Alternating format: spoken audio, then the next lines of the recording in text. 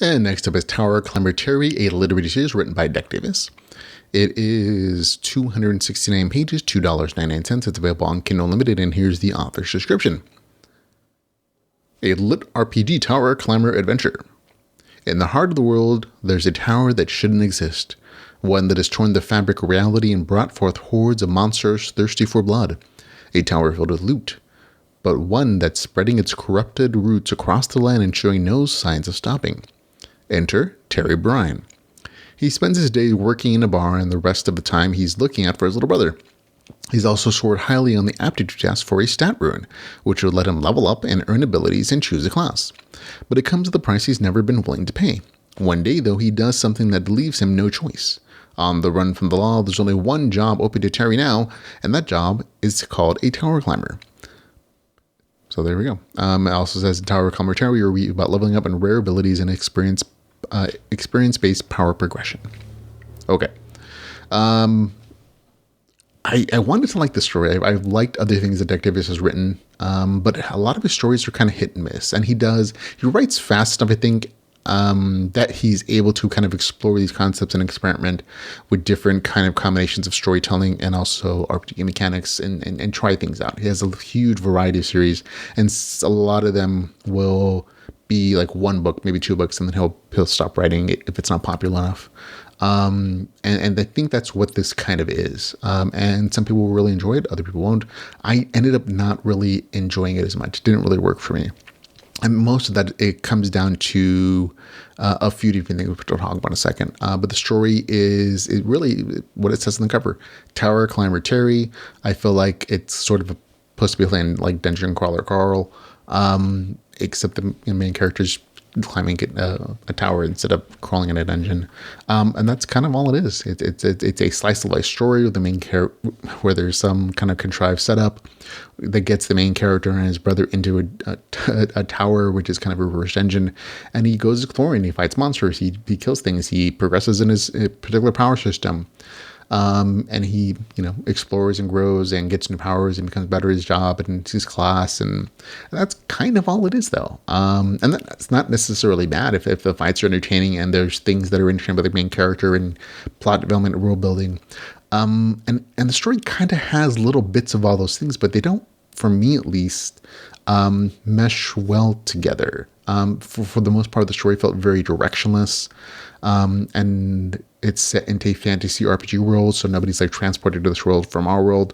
It really is just a fantasy world where a tower suddenly appears and people can go and go there and grow in powers, and the country has kind of developed around it in creating these ways for them to level. And it's really just like this fantasy justification for including game mechanics, but it definitely feels a little contrived. But again, it's okay. It's not necessarily a bad thing. It's just it didn't really kind of mesh well together in this particular instance. And for the most part, the main character and his brother go adventuring, multi-leveled monster tower. And again, the fights, they're fine. I think the fights are probably the best part of the story in that they're regular, and they're different kind of fights, so it doesn't get repetitive at least. The world building is okay. I probably would have enjoyed world building a little bit more if I would have seen the outside world first and then kind of the tower, see what the difference is, but that doesn't really exist. There is some background information in the story about how the world governments are dealing with this particular tower, and allowing people to just kind of go there for free because they get resources from that, which really kind of bugged me at the end because that just suddenly changes on a dime for no reason, but whatever. But again, these things, other issues made it not work for me. The dialogue in the main character and the story was a little too gamer for me. And for the most part, I don't really have an issue with that. And what I mean by gamer is that there's a bunch of like RPG game terms like leveling, builds.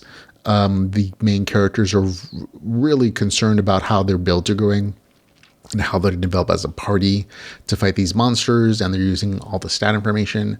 For the most part, I would have a problem with that in another story. But in this one, it's a fantasy world story where these RPG things have kind of existed as a place for elite classes, for elite people who work for the government as soldiers, whatnot. And so there's supposed to be like a limited amount of information. And in the setup of the story, it's very clearly stated the main characters aren't well educated. They've lived in this town their entire life, basically. This small town. The main character works as a bartender, and that's all the information we get. So there really is no setup or world building done to justify like this very much modern world gaming lingo that feels like it's interjected into the story. So there's just like this conflict between dialogue types that felt more like they belonged into either a transported to a game world story where like somebody from our world who's a gamer goes to a fantasy world, or just like a modern setting world where like, these things exist in a modern world where gaming exists and gaming culture exists. I didn't feel like that gaming culture fit in with this generally fantasy world. And so it felt very inconsistent in the world building to some degree. Second, again, the story feels directionless. There is a setup for the story where, like, that just pushes the main characters into this tower thing, but that's all it really is. Like, why they're going there in particular instead of fleeing to a different country or to a different place where they can outrun the law, if that's what their purpose is, never really felt like it made sense. I get that it's just the premise of getting them into this tower. But then once they get in the tower, it's like, okay, you're here now. What's the purpose for your life? Are you just setting yourself up to exist as subsistence farmers or monster killers to make a living? And to be honest, it was never really, they never really had a purpose at that point. Like, it's just like, oh, they're here and they're going to explore about halfway into the story, you kind of get a purpose, and that they take on this quest to help find somebody in this never-ending and unending tower. But that really just an excuse for them to continue to explore, and it really felt that way. Third, the end was super frustrating for me, at least. The big quest that they'd received resolves itself without the characters ever like real intervention. Like, it would have resolved itself eventually if they didn't exist, essentially. I always felt that always feels very frustrating, in that all the things they do, all the adventures they go on, all the efforts they make to track down this character they're supposed to find, it felt useless, because at the very end of the story, it's just like, oh, they're like walking the town. There's like, oh, that guy, yeah, he's over there, and it's like, oh, okay. And it does resolve, so I guess that's something, but it felt very incidental. Like, oh yeah, we're just going to continue doing things. And well, yeah, he was just there the whole time, hanging out. So I was like, okay, that's a way to resolve a thing. So yay, there's resolution, which is better than some stories I've read. So that's good in its own point. But then in addition to that, the bad guy that was kind of described at the very beginning of the story, this is kind of spoilery, so just if you don't want to listen to it, that's fine. But he kind of makes a reappearance towards the end, and there is no resolution with that big kind of conflict that was supposed to have been like the premise and the inciting incident in the story. And I thought that's just like, oh, you brought him back, you made it seem terrible. You bring him back, and then it's like, okay, we'll deal with this in the next episode of this series. And I'm like, okay, that's a choice. And I understand that's exactly what it's supposed to be. It's supposed to be like the lead into the next book to get you to read the next thing. But for me, it's just like, that's an annoying thing. I would rather have not seen him if he's not going to be some like actual, resolution of any kind with dealing with that situation. But again, I understand how it exists and why it exists. Just was frustrating to me as something that was left intentionally dangling. On the game mechanic side of things, pretty decent. It's fine. The author knows what LitRPG is. He knows kind of the basic characteristics that are readers expect.